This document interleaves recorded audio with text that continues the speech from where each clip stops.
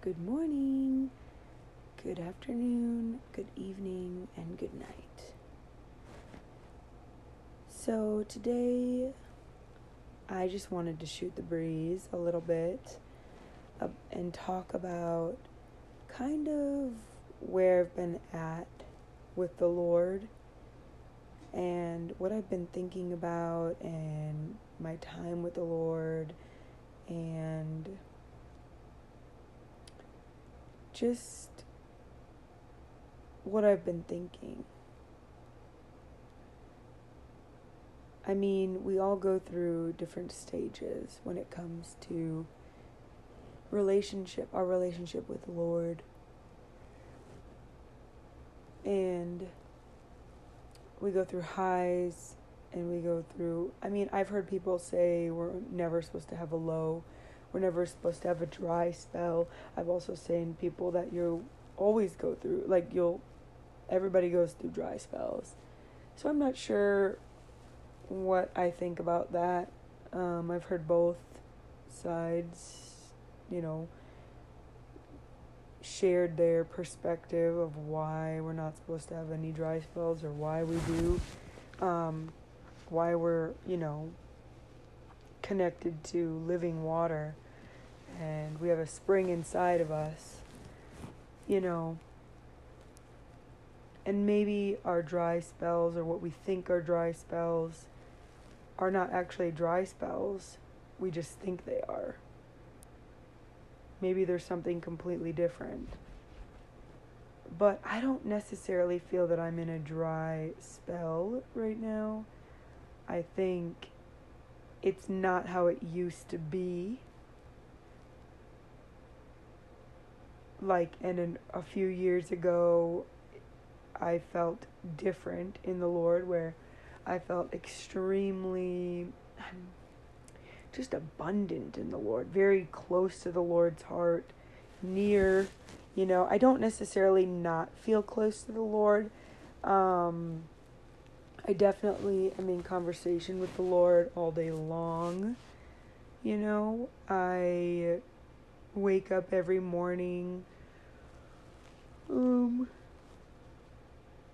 with Everest, and the first thing we do is I change him and get him ready, and then we open up all the blinds and make it warm and cozy in there, turn the heat up, and we put on music and we spend time with the Lord together. I don't have the luxury having a baby and all the time of just being alone with the Lord necessarily. So it's become an event, and Everest will have an opportunity to know what it's like and know that every morning, this is what we do, and we spend time with the Lord. And I love that he has an opportunity to spend time with Jesus every single day. And he is, so he doesn't always get captivated by the TV. He's not as, some things will captivate him and some things won't. And more than not, at this stage, he's getting a little more captivated. His whole life so far, he's almost a year and a half, but up to this point, the TV just hasn't caught his attention. He'd rather be paying attention to actual physical things in the house. And so TV just really doesn't capture his attention. Probably he's like me,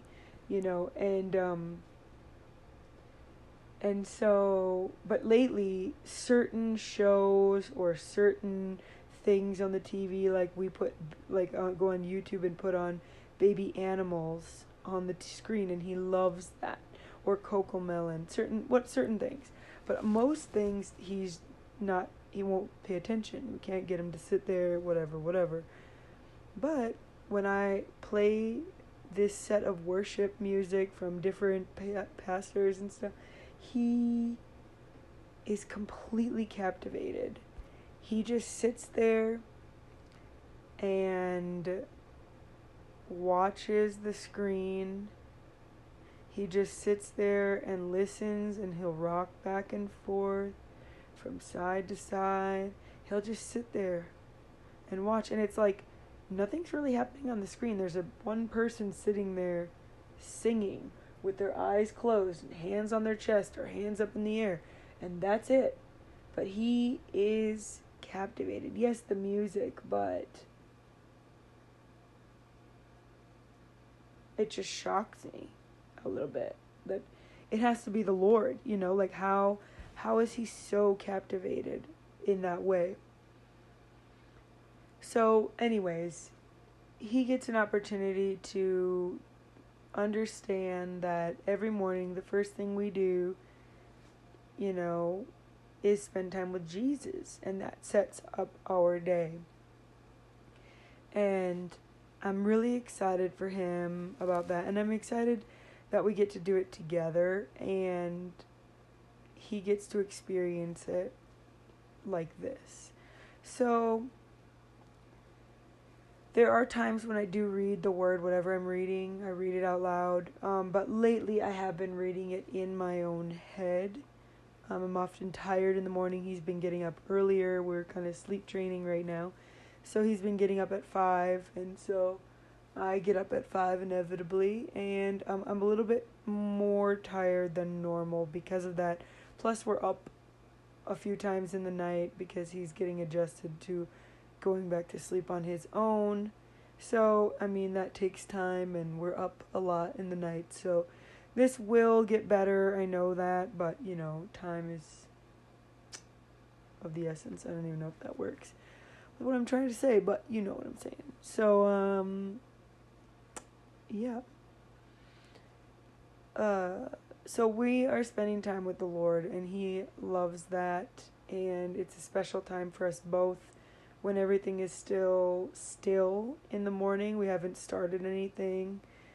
We haven't eaten breakfast yet. We're just spending time with the Lord. And I've talked to a few people about this, and about, like, there's times where I have been so drawn to the Lord, and so, like, my heart aching to spend time with him and to read his word and to just sit in his presence. And I'm captivated with him and just craving time alone with him.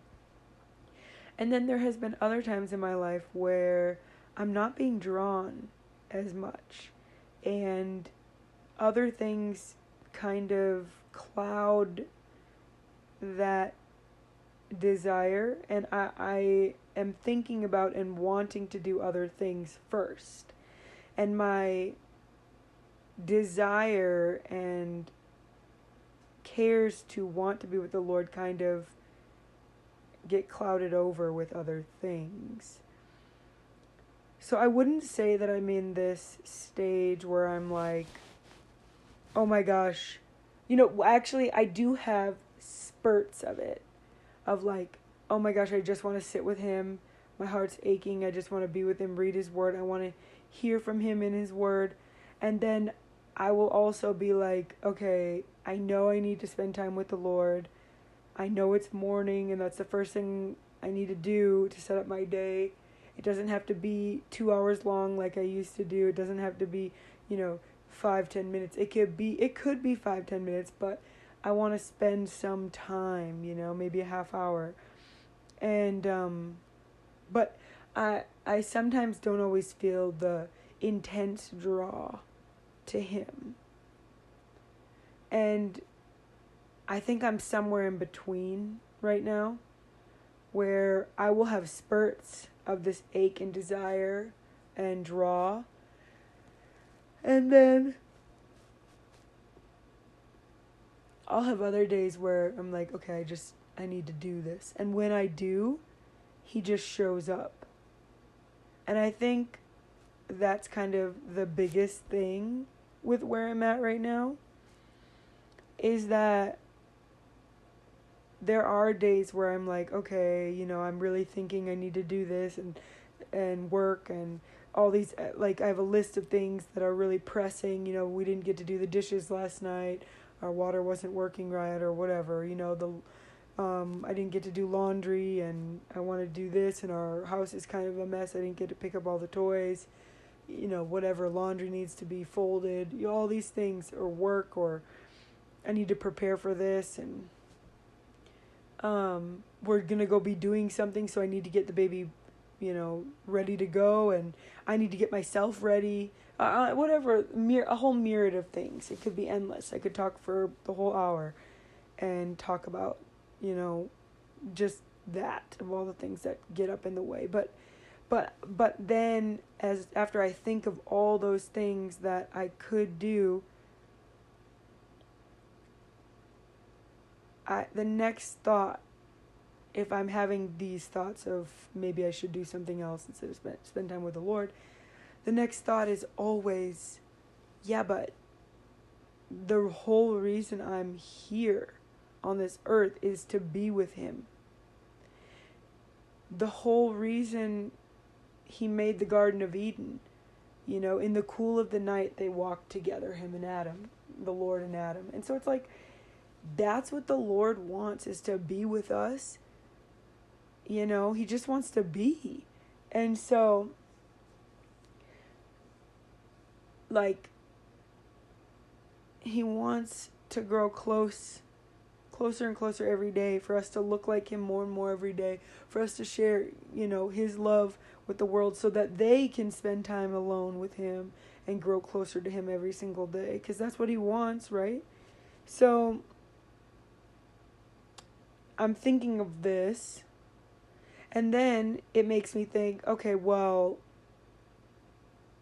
if my entire purpose is to be alone with Him, and to be with Him, and to worship Him, and to grow closer to Him, and to look more like Him every single day, well, then that's all I want to do today.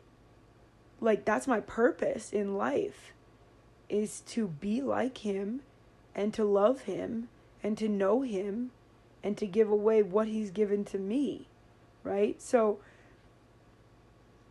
then I think, well, I can do a much better job than 30 minutes, It's not always 30 minutes. I don't time it ever. But sometimes, it goes all over the place. It's at least 30 minutes every day. And I could do a better job than what I'm doing, and then there's this time when you're there and you're spending time with the Lord, and your mind, you're reading the word that you feel like you're supposed to read for the day, and it's not really speaking to you, and your mind is just glossing over it, and you're just kind of skim reading it, and you're trying not to, but your mind becomes filled with all these other things, and you're not really picking up anything from what you're reading in the Word. Then I start to think, I'm probably reading the wrong thing,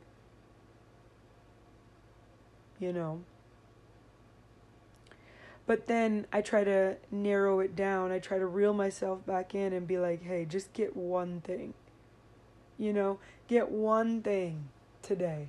What can you grow in what you're reading today? What is making you more like the Lord? What is growing you closer? What is fastening you to the Lord today? You don't have to have this crazy, wild revelation that completely revolutionizes your life. It's that tiny tweak every day that moves you that 1% of the angle. And you do that every day, you're in a completely different direction a year from then. So honestly, if you moved 1% every day for a year, you'd be 365 degrees opposite. Basically at 360. That's not the analogy, I'm just trying to make a 180, but like you're moving. That's a lot. That's doing a lot. You're changing a lot if you do one thing every day. That's really good.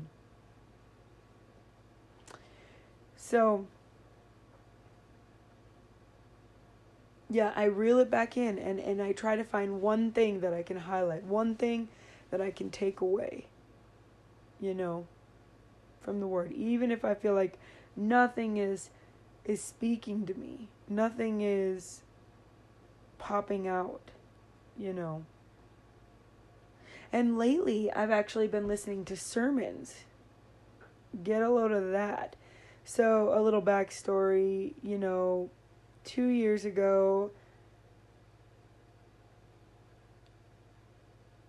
was the end of a weird era for me where I was listening to sermons and going to church and going to worship sessions and everything spiritual 24/7. Every waking hour of my life was something connected to a sermon or spending time with the Lord, or it was all 24 hours of the, whatever, when I wasn't sleeping. I was doing something like that. And I did that even before I was spending time in Texas, before that I was kind of doing that as well. I wasn't in a ministry school of sorts or whatever at that time before Texas, but, so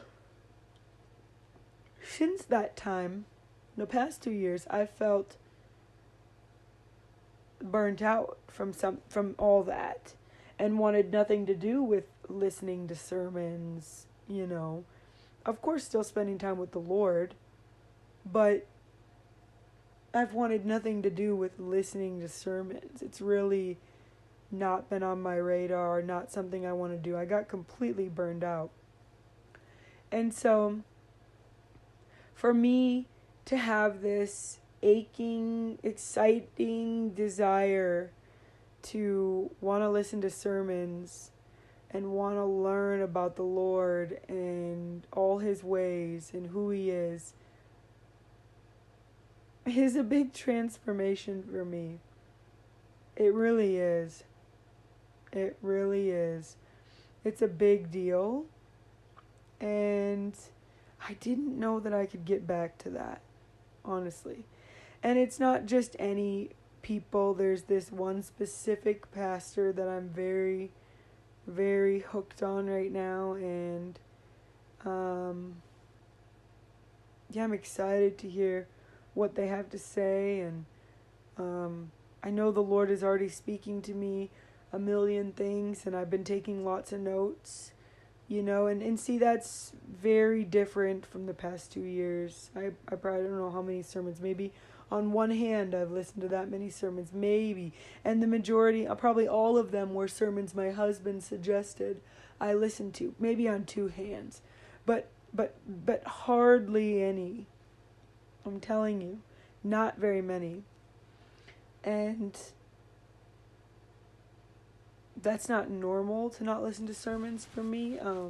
It has been normal to always be listening to sermons 24/7, always have something in my ear, And but when you get burned out, something changes, But anyways, I'm glad I'm not listening to them 24/7 like I used to, but I am excited to hear a sermon from this pastor or him talk about something about the Lord. And that's really huge. Another thing I have been feeling a desire, sensing a calling from the Lord is doing outreach again. And, well, again, I did get pretty burned out from that, doing it all the time a few years back. For many years, I did do it. And so, again, getting burned out from that, and now wanting to do it, feeling this desire, feeling this need, this pull to want to go out and do outreach, to want to, share the Lord with people. That's huge. It really is. I think I still struggle but with overthinking is, hearing something and overanalyzing it and thinking, am I doing this for approval from the Lord, or am I just doing this because I heard the Lord say to do this? I think that's definitely an issue that I need to overcome, because I don't want to be doing it for approval or works mentality for the Lord. I just want to do it to give to the person that the Lord is wanting to talk to, And I think, I'm not sure,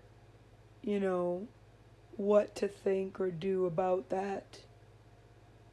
Really, I mean, I have had thoughts about it, knowing that, the Lord, if the Lord speaks to you, gives you a prophetic word, tells you to go pray for them because they'll be healed, la-di-da, ask them, tell them Jesus loves them, whatever it is, go pray for them.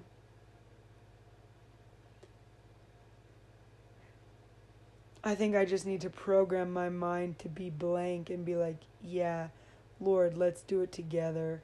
I just love you so much. Let's do it. Maybe that's all it is. Maybe I just answered my own question.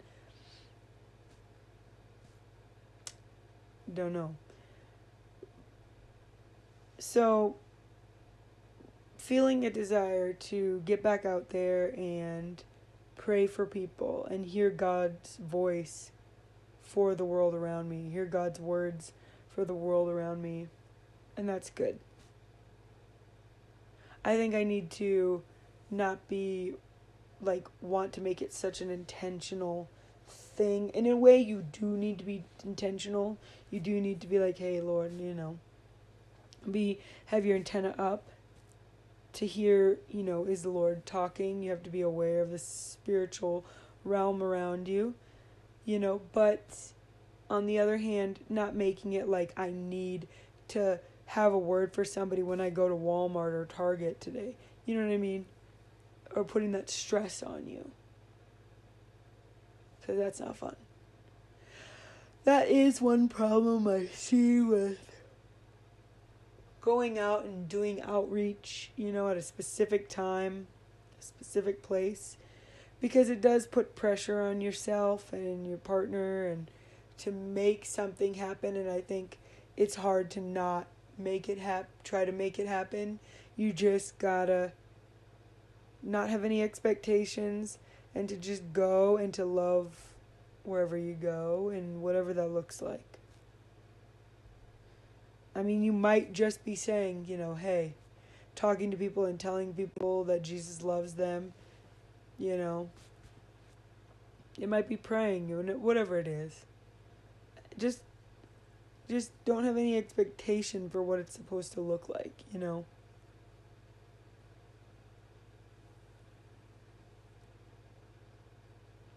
I think I'm desiring more in the Lord. I think I'm hungry for a much deeper, the mountain of the Lord, holy of holies type encounter. I think I'm looking for that. I think that's what I'm looking to and desiring and wanting. I think there's some days where I'm trying to force it and trying to get to be there right now. Because I know what it's like, right? You know what it's like. You've been there before. But trying to make something like that happen on a dime, when that's just not how it works. It takes time, it takes effort, it takes consistency, it takes a history, So, the patience piece is a trip. but it's good. You wouldn't want it instant. I don't know that instant things are really worth it compared to long developed, cultivated things, especially a relationship with the Lord. And so, I know the Lord is doing something new, doing something unique like He's never done. I'm not in the same place I used to be. I'm married now with a baby, and things are different. My relationships on earth have changed, and my relationship with the Lord has changed. It's gotten more intense. It's grown, it's changed. I've experienced more things. Some good, some bad. And so, but I think that's good.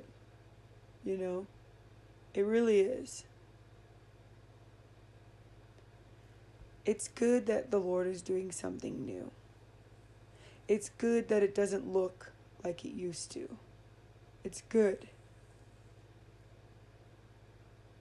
He's transforming not only me, but our relationship.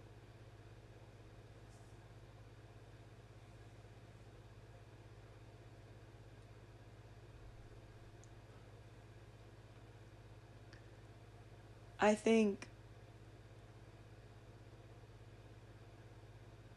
my relationship with the Lord and the way that it's going,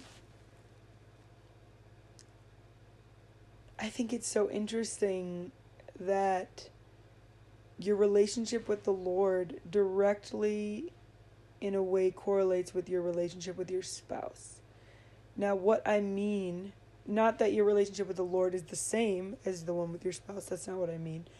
I just mean that when you are growing an intimate relationship with the Lord, your marriage is impacted in the best way from that.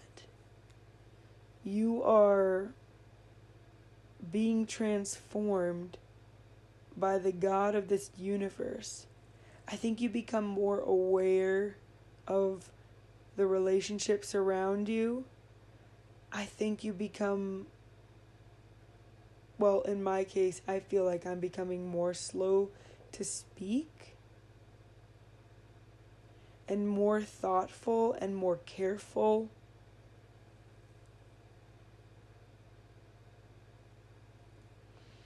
I think it radically changes your marriage in the best way. Even if you don't think. I think that even if you think you're only making minute changes in your character and personality and whatever while you're spending time with the Lord, it is affecting your family and your friends in a good way. If you're coming into repentance, if you're coming into, letting the Lord analyze, letting the Lord go through things with you that are hard and messy,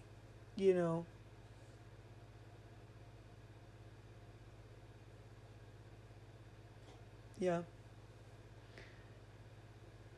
I think I'm really looking forward to where, where I'm loving where I'm at, and I'm looking forward to where we're going, where I'm going in the Lord. And this every morning, spending time with the Lord, and baby out there, and it really is special and sweet, and I don't take it for granted. And I don't want to take it for granted in the future. I really want to take the time. And I want to continue to pray that the Lord continues to show up. I think that's one thing.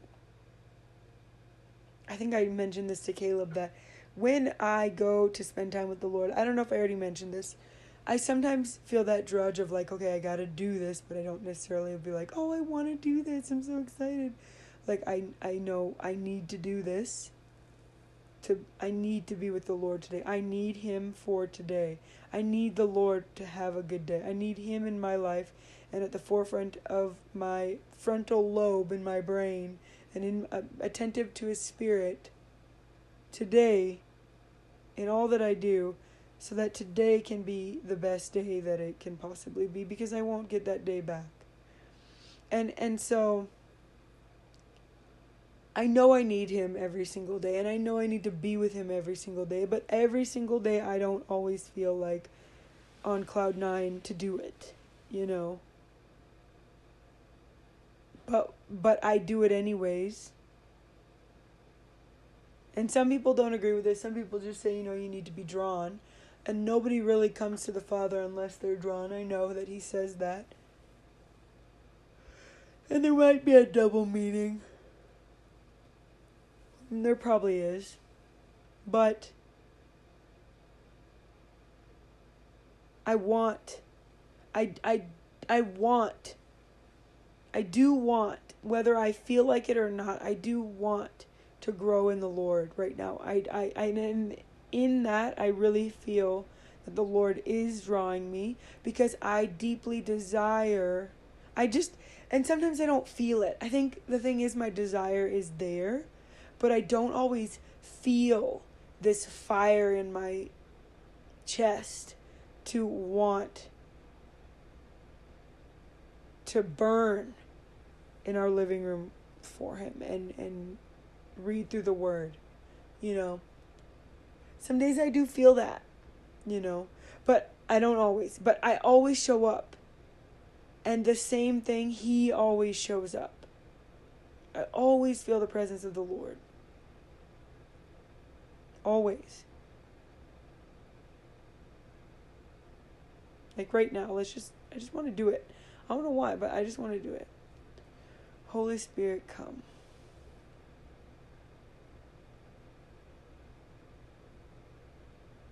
I am attentive to your Spirit.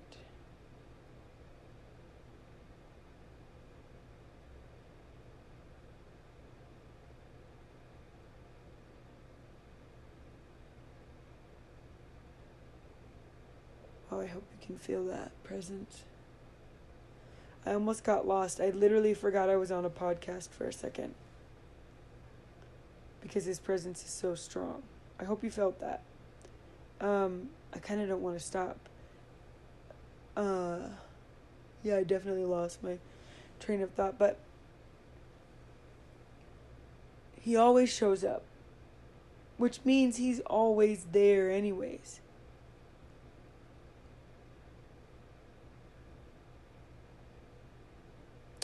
I think I've also felt this, how do I say this? Conviction, this desire to watch what I say and to be or not be around people who are talking about other people. And I really, really want to do this, you know? I don't want to be around people that are talking about other people. I really don't. And so I think that's something the Lord's doing in me. And I'm excited about that. I really am. Okay, I think there's like so much more, but I think that's where I'm going to end this week's podcast right there. I'm really looking forward to doing like a Gilmore Girls episode. I know that's like pretty shallow and different, just completely different compared to what we just talked about. But, you know, this is Go To with Georgia D. You never know what you're going to get. It's going to be pretty random. So I might do that for the next episode, because I'm really looking forward to doing that. And I will see you next week. Please leave a review. and subscribe, and we'll see you next week.